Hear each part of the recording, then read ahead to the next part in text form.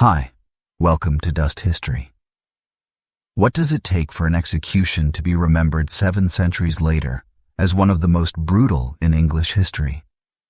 How must a man have lived to die in a manner so horrific that even medieval chroniclers, accustomed to violence and cruelty, struggled to describe it?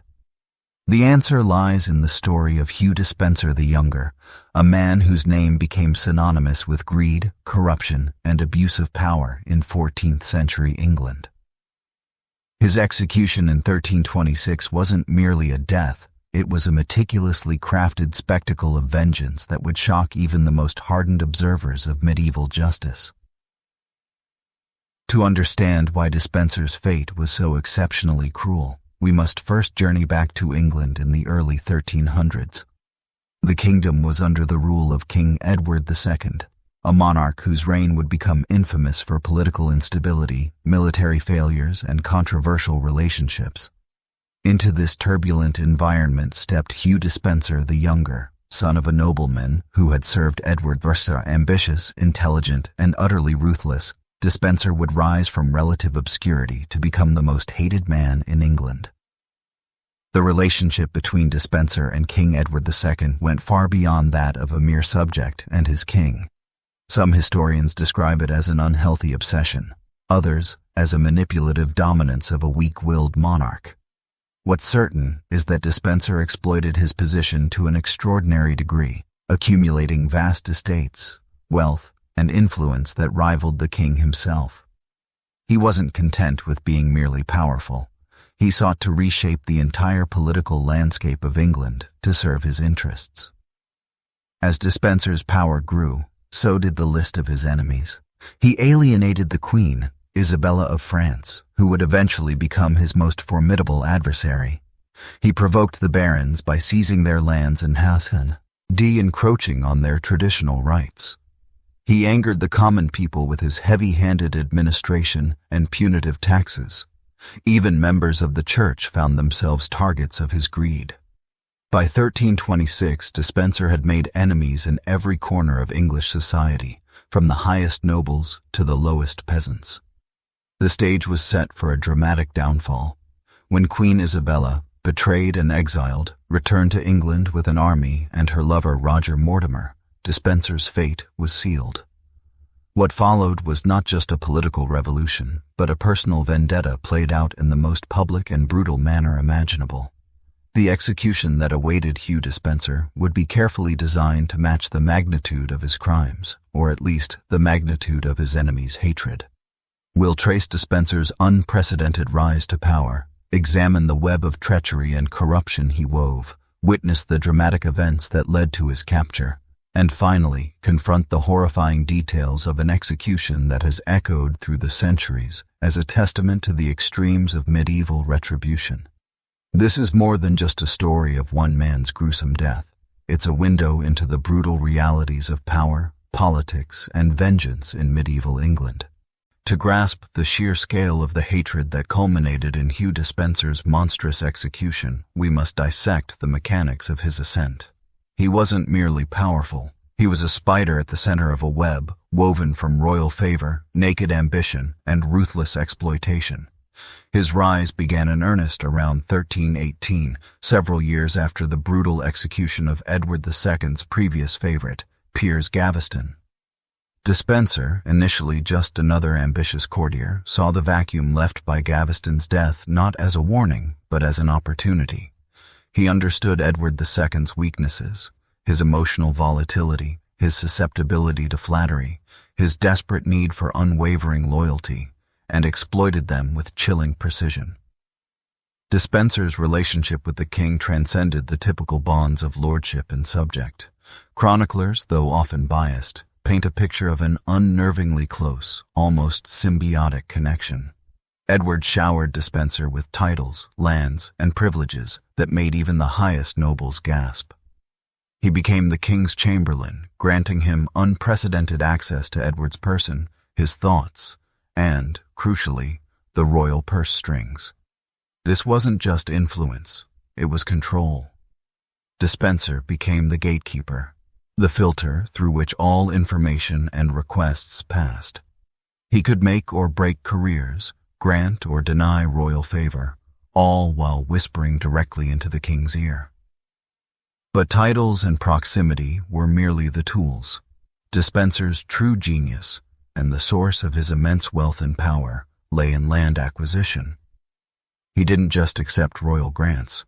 He actively pursued them, often through legally dubious and violently enforced means.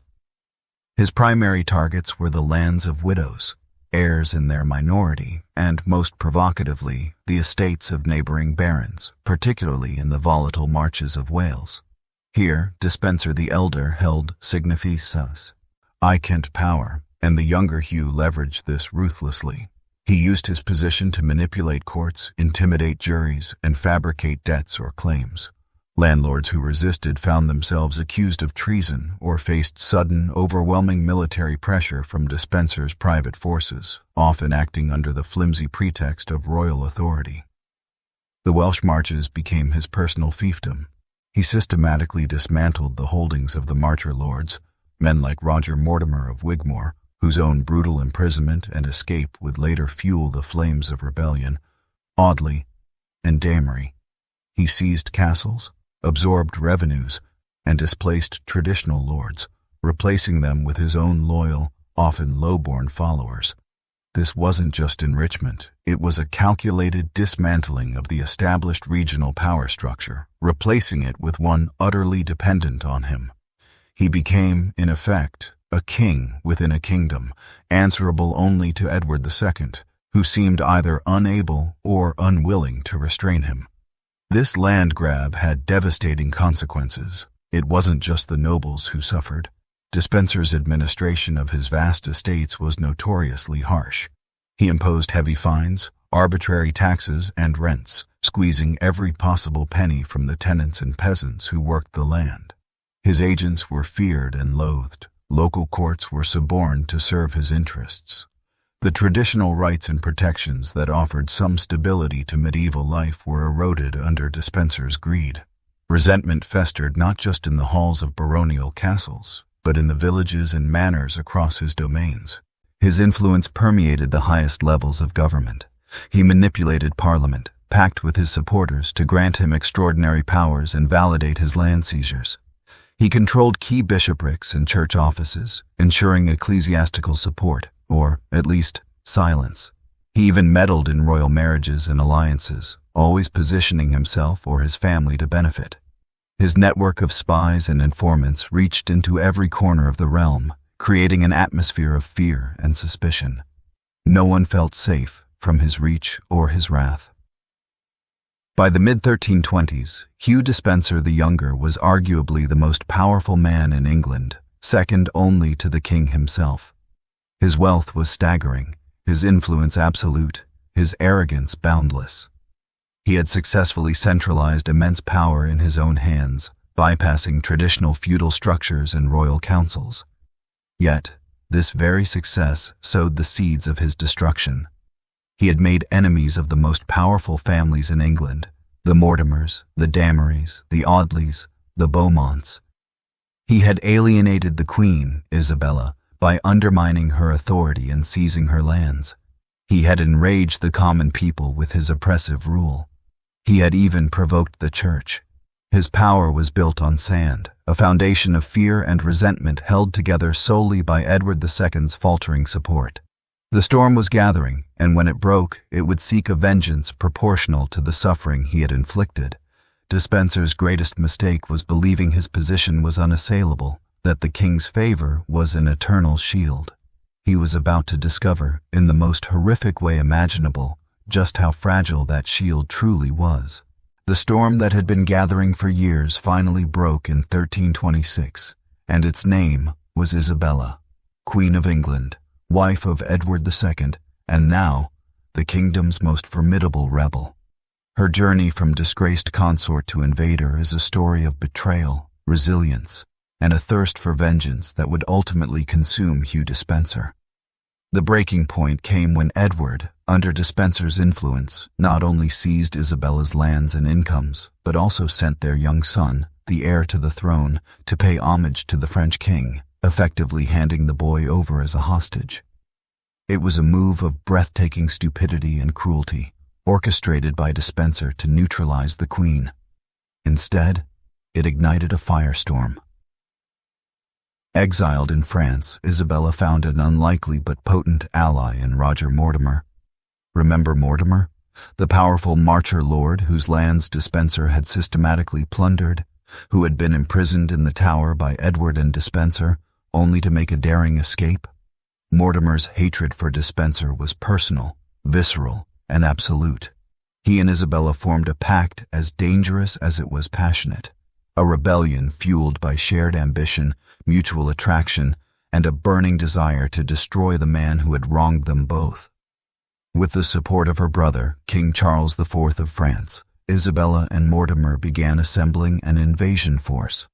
Crucially, they secured the backing of several key English exiles, including Despenser's old rivals like Henry, Earl of Lancaster, and Thomas of Brotherton, the king's own half-brother. The message was clear. This wasn't just a queen's quarrel. It was a baronial uprising against the tyranny of the Despensers. In September 1326, a small but determined fleet set sail from the French coast. Isabella and Mortimer landed in Suffolk with a mere handful of men-at-arms and mercenaries. It seemed a desperate gamble, but they had something far more powerful than soldiers: legitimacy and widespread resentment. The moment they set foot on English soil, the dam burst. The country, groaning under Despenser's oppression and Edward's weak rule, rose up to support them. Local levies flocked to their banner. Towns opened their gates. The king's own commanders, sent to intercept the invaders, either defected or melted away. The Bishop of Hereford, a Despenser loyalist, was captured by his own people.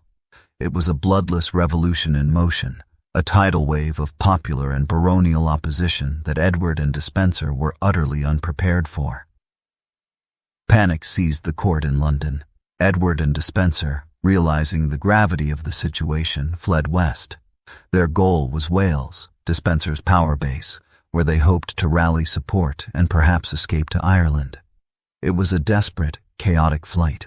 They abandoned the capital, the treasury, and even the Great Seal of England in their haste. As they moved west, their support evaporated. Castles refused them entry, supplies dwindled. The people they encountered were hostile or indifferent. The aura of invincibility that had surrounded Despenser shattered completely. He was no longer the king's omnipotent favorite. He was a fugitive, hunted and hated. The chase intensified.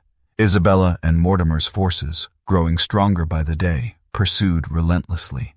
Edward and Despenser's dwindling band of loyalists was cornered in Wales. They took refuge first in Neath Abbey, seeking sanctuary, a desperate move that showed how far they had fallen. But sanctuary offered no protection against the wrath of the rebellion. On November 16th, they were finally captured. Edward was separated from Despenser and taken into nominal custody, though still treated as a king. Despenser, however, was immediately recognized for what he was, the primary target, the architect of the nation's suffering. He was seized, stripped of his finery, and subjected to the humiliation he had inflicted on so many others. His captors, many of them men whose families he had ruined, wasted no time in beginning their grim work. He was brought first to Hereford, then to the city of Bristol. At Bristol, a stark symbol of his downfall awaited.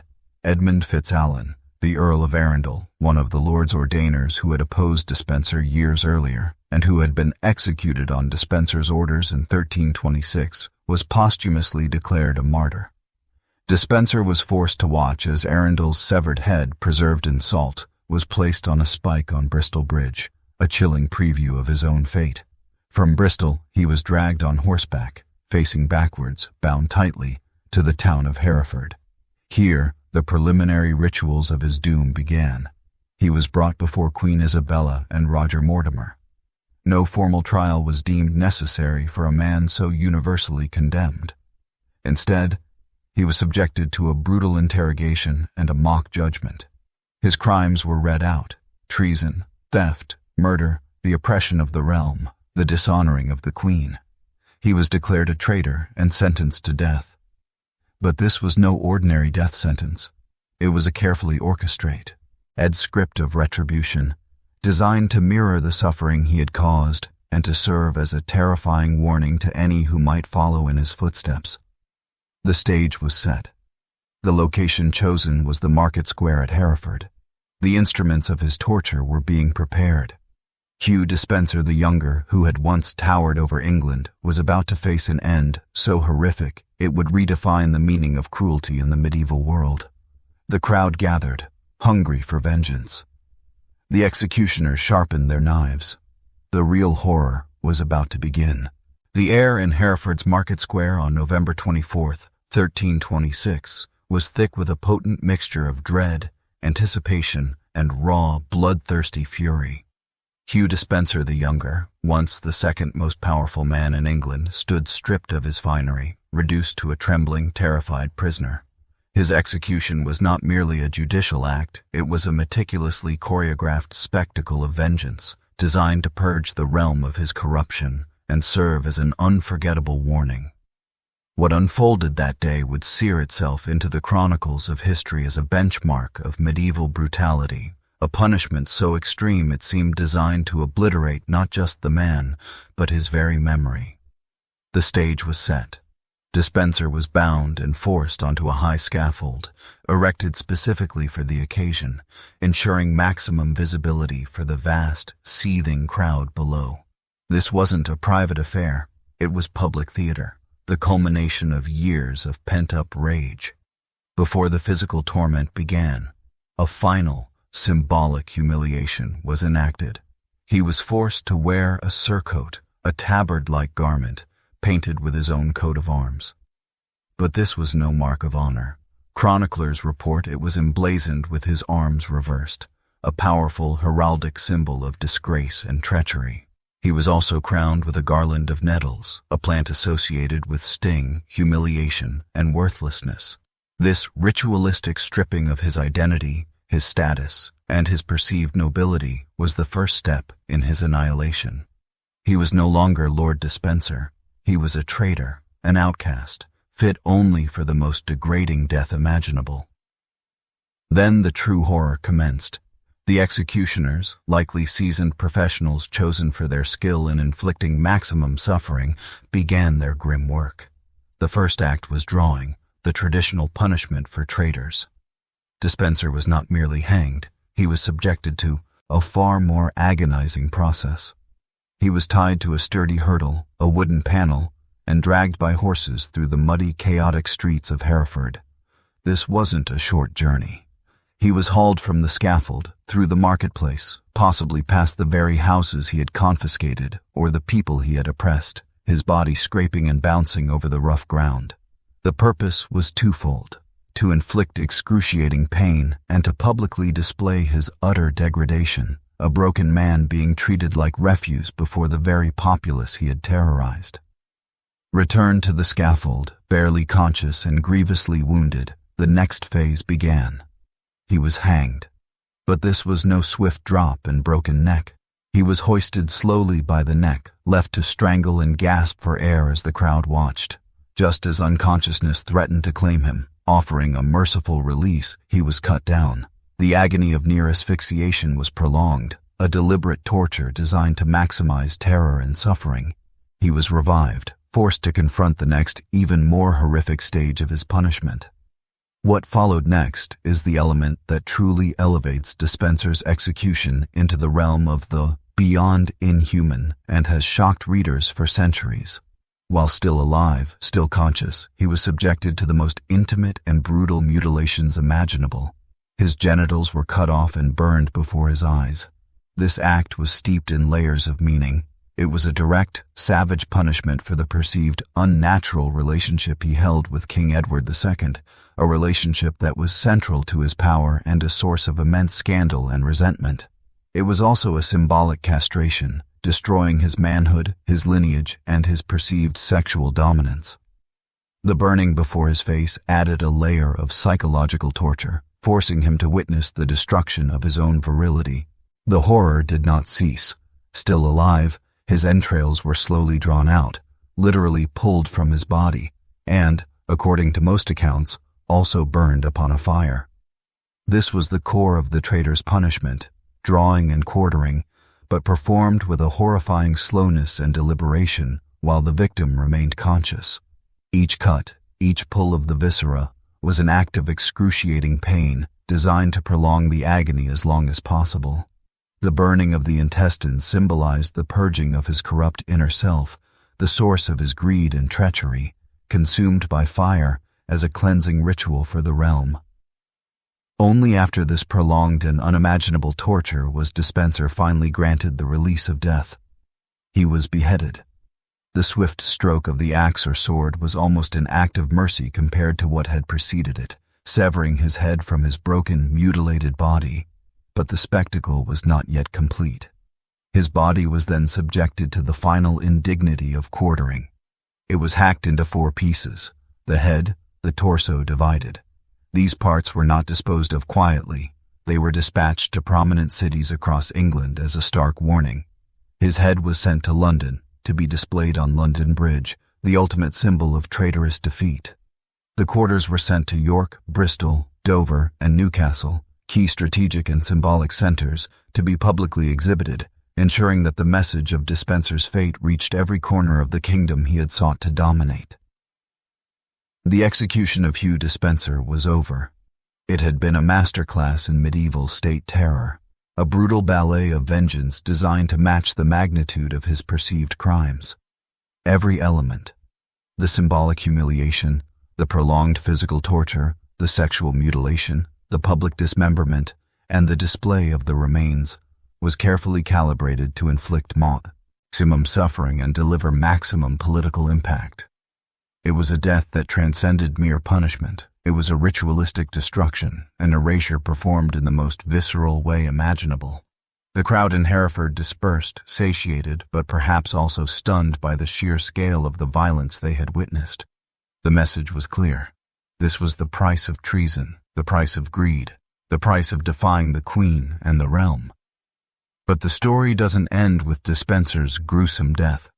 The shockwaves of his execution reverberated through England, fundamentally altering the political landscape and sealing the fate of the king who had loved him. The fall of the favorite was complete, but the fall of the king was just beginning. The dust settled over Hereford, but the echoes of Hugh Despenser's agonizing death reverberated through the corridors of power and across the English landscape for generations.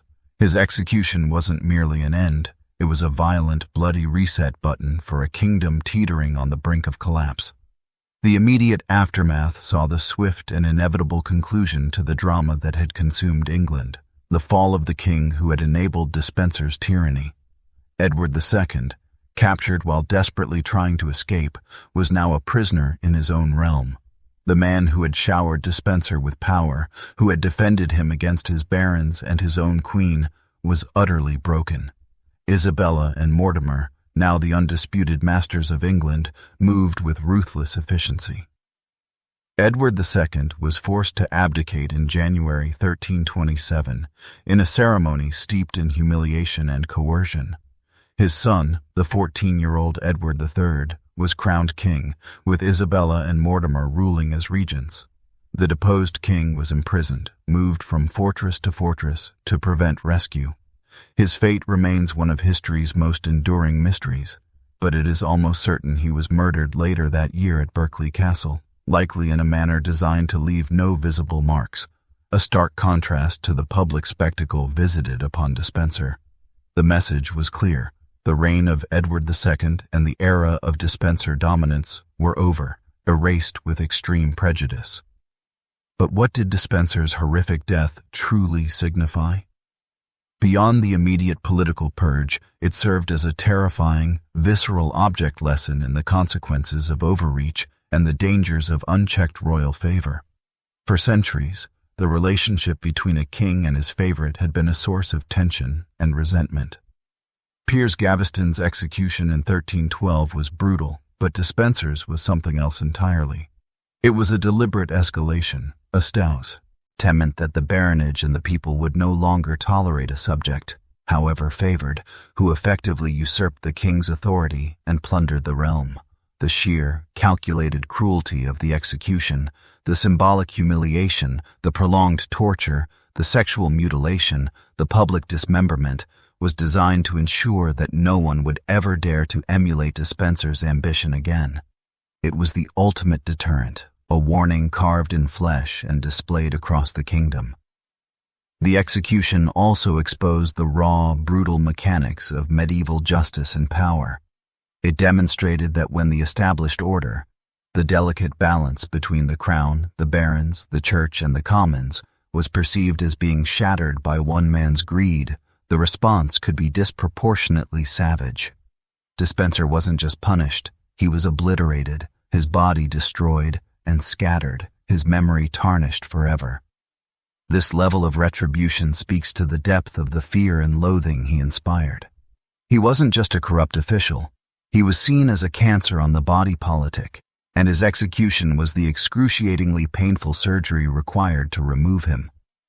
The ritualistic elements, the reversed arms, the nettle crown, the burning of genitals and entrails, were not random acts of sadism, though sadism certainly played a part, but deeply symbolic acts rooted in medieval concepts of treason, heresy, and unnatural vice. They were designed to cleanse the realm spiritually as well as politically. Historically, Despenser's execution became a benchmark, a reference point for brutality. Chroniclers like Jean Froissart and Thomas Walsingham recounted it with a mixture of horror and grim satisfaction, ensuring its infamy endured.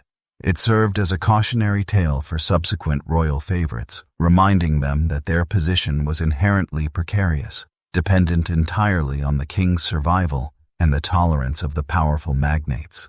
While favorites continued to exist, Richard II would later have Robert de Vere, Edward II's grandson. Richard II would have Piers Gaveston's nephew, Robert de Vere. None would again accumulate power quite so blatantly or provoke such universal hatred as Despenser. The shadow of Hereford's scaffold loomed large. Furthermore, the fall of the Despensers and the deposition of Edward II had profound constitutional implications. It demonstrated that a king could be held accountable, that the realm possessed mechanisms, however violent and irregular, to remove a ruler deemed incompetent or tyrannical. While Parliament's role in Edward II's deposition was carefully managed by Isabella and Mortimer, it set a precedent that would be invoked again, most famously in the deposition of Richard II in 1399. The events of 1326–27, culminating in Despenser's execution and Edward's fall, marked a significant, albeit brutal, step in the long, often bloody evolution of English constitutional monarchy, pushing back against the concept of absolute royal power. In the end, Hugh Despenser's legacy is one of infamy. His name is synonymous with greed, corruption, and the catastrophic abuse of power. His execution remains one of the most notorious events of the Middle Ages, a stark reminder of the extremes of medieval retribution.